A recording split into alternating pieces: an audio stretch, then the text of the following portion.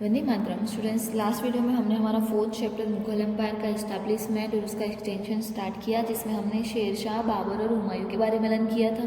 अभी हुमायूं के सन जो है अकबर, जब हुमायूं भटकते रहे थे, शेरशाह ने उसको दो बार हराया था उसके बाद, तो उस समय अमरकोट के जो फोर्ट था उसमें अकबर का बॉर्न हुआ था। तो हम अभी अकबर के बारे में लर्न करेंगे, राइट। अकबर और उसका सिनारियो है 1556 to 1605। Akbar was just 13 years old when his father Humayun passed away, यानी कि अकबर सिर्फ 13 years के थे जब उसके पिताजी का निधन हुआ था। Akbar was very young, and so Bairam Khan, a faithful minister of Humayun, brought him up as a guardian and took care of the administration on Akbar's behalf. अभी अकबर बहुत छोटे थे, बहुत ही यंग थे, तो इसलिए उसके पिताजी जो थे हुमायूं, उसके जो वफादार सरदार थे बैराम खान, उन्होंने अकबर के रक्षक के तरीके अकबर को बड़ा किया और उनके बिहाफ में पूरी राज्य सत्ता चलाई। नाम अकबर का होता था, लेकिन उनके बिहाफ अकबर की जगह पे उन्होंने पूरी राज्य सत्ता चलाई। Hemu the leader of Sikandar Sur establish his rule over Delhi when Akbar was in Punjab with the guidance of Bairam Khan. Akbar defeated Hemu in the battle of Panipat. अभी हेमू जो थे, हेमू नामक एक राजा थे, तो सिकंदर सूर के सरदार थे, तो उन्होंने दिल्ली के ऊपर सत्ता स्थापित की। तो उस समय अकबर जो थे वो कहाँ पे थे? पंजाब में। तो दिल्ली के ऊपर सत्ता स्थापित, तो उसके जो गाइडेंस थे अकबर के, जो रक्षक थे बैराम खान, उन्होंने अकबर को सलाह दी कि तुम जल्द से जल्द इसको हरा के दिल्ली को अपने अंडर में कर लो। तो अकबर ने हेमू को पानीपत के युद्ध में हरा दिया था। अभी since Bairam Khan become more independent, Akbar seized away all his powers and sent him for Hajj. He was killed on the way to Hajj. अभी बैराम खान जो है वो बहुत ही ज़्यादा इंडिपेंडेंट हो रहे थे, तो अकबर ने क्या किया, उसके पास से पूरी सत्ता ले ली और उसको हज के लिए भेज दिया। हज यानी कि एक जगह है जहाँ पे वो सब लोग, जैसे हमारे यहाँ पे हिंदू रिलीजन में जैसे सब यात्रा के ऊपर निकलते हैं, हरिद्वार एंड ऑल दैट, अलग अलग जगह पे, वैसे ही जो इस्लाम या तो फिर मुसलमान की जो धर्म है वहाँ पे हज बहुत बड़ी उनकी यात्रा मानी जाती है, तो हज के ऊपर भेज दिया था। और उस समय क्या हुआ था कि इस यात्रा के दौरान बैराम खान को मारा दिया गया था, उसका खून हो गया था। Akbar annexed Chittor and Ranthambore in the battle against Rana Pratap. Frequent battles were fought between them. अभी अकबर और महाराणा प्रताप के बीच में बहुत बार लड़ाइयाँ होती रहती थी, और उस दौरान अकबर ने चित्तौड़ और रणथंभौर के ऊपर अपना शासन हासिल किया था। Akbar's empire expanded during the period between 1585 to 1605 CE. He annexed Kandahar, Kashmir and Kabul and established his rule over Khandesh, Ahmednagar in the south. अभी 1585 to 1605 तक इसका सिनारियो चलता रहा, अकबर का साम्राज्य चलता रहा इतने सालों तक, और उसने कांधार, कश्मीर, काबुल के ऊपर अपना शासन हासिल किया। उसके बाद साउथ में खानदेश, अहमदनगर के ऊपर भी अपना शासन हासिल किया था। इसके बाद there was a lot of disorder during the last day of Akbar's rule. The prince Salim revolted. Later on Salim adopted the name Jahangir and ascended the throne, यानी कि अकबर के जो आखिरी दिन थे उस समय शहजादे सलीम जो है उसकी वजह से पूरा जो शासन है वो थोड़ा बहुत उसमें हलचल मच गई थी, लेकिन लास्ट में सलीम ने ही जहांगीर नाम लेकर फिर से ये जो गद्दी है वो संभाली थी। We have already gathered a lot of information about the different rulers of the Mughal dynasty like Babur, Humayun, Akbar and Sher Suri of the Sur dynasty. Now the basis of these, let us know about the administration, society, art and architecture. अभी उस जो teacher है प्रतीक की, तो ऐसे समझाते हैं कि अभी हमने बहुत सारे राजाओं के बारे में इंफॉर्मेशन ले ली, जैसे कि अकबर है, हुमायूं है, सूरी डायनेस्टी के शेर शाह सूरी है, मुगल डायनेस्टी के बाबर है।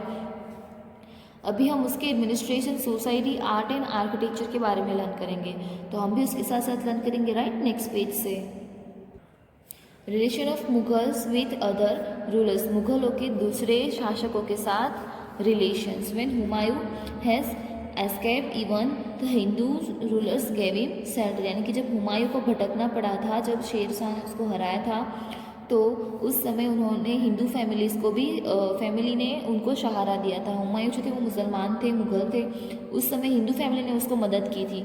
Therefore the culture was reflected in the upbringing of Akbar, Akbar की उछेर में, अकबर को बड़ा उसकी परवरिश में भी हिंदुओं की बड़ी संस्कृति, हिंदू संस्कृति और हिंदू लोगों की बड़ी असर रही थी। He took the help of Hindu rulers then the ascended the throne, जब वो वापस से दिल्ली के ऊपर सत्ता लेने आ रहे थे तब उन्होंने हिंदुओं की मदद ली थी। He knew that he would not be able to rule in India if he ignores the Rajput rulers. हमारे इंडिया में राजपूत रूलर्स का शासन बहुत ही स्ट्रॉन्ग था और ये अकबर और हुमायूं लोग चाहते थे कि भी अब हम इंडिया में अगर शासन करना चाहते थे तो हमें राजपूतों को के साथ संधि करके शासन करना पड़ेगा, उसको इग्नोर करके उसके साथ फाइट करके हम इंडिया में नहीं रह सकते, क्योंकि राजपूत उसको इंडिया में नहीं रहने देते। Therefore he maintain good relation with the Rajput rulers and won their confidence, इसलिए उन्होंने क्या किया, राजपूतों के जो राजा थे उसके साथ उन्होंने अच्छे संबंध रखे और उसके विश्वास को जीता।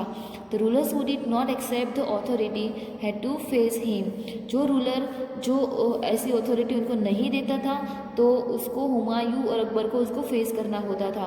The rulers of Sisodia Rajput did not accept his rule and had many conflicts with him. अभी सिसोदिया राजपूत जो है उन्होंने अकबर का साथ नहीं दिया था, उन्होंने मुगलों के साथ संधि नहीं की थी, तो बहुत सालों तक उन्होंने उसको टक्कर दिया था।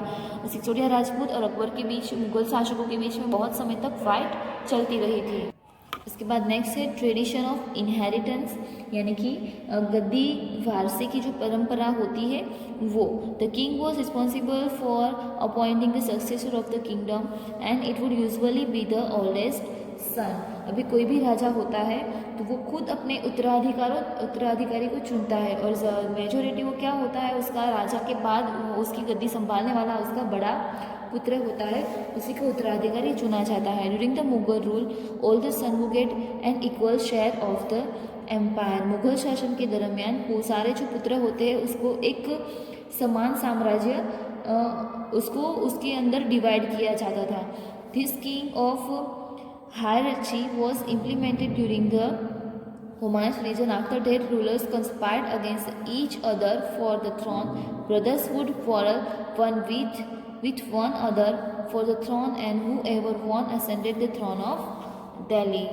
अभी हुमायूं के समय में क्या हुआ था कि उसके पुत्रों जो भाई होते थे उसके बीच में ये पूरा साम्राज्य शेयर किया जाता था। उसके पहले क्या होता था कि सिर्फ बड़ा जो बेटा होता है ना उसको ही राजा बनाया था, लेकिन हुमायूं के समय के दौरान क्या हुआ कि उसके सारे भाइयों के बीच में पूरा साम्राज्य डिवाइड किया गया, तो उन लोगों के बीच में बहुत प्रॉब्लम्स होती थी, सारे भाइयों के बीच में बहुत सारी फाइट्स होने लगती थी। तो ऐसा हमें हुमायूं के शासन के दौरान जानने को मिलता है।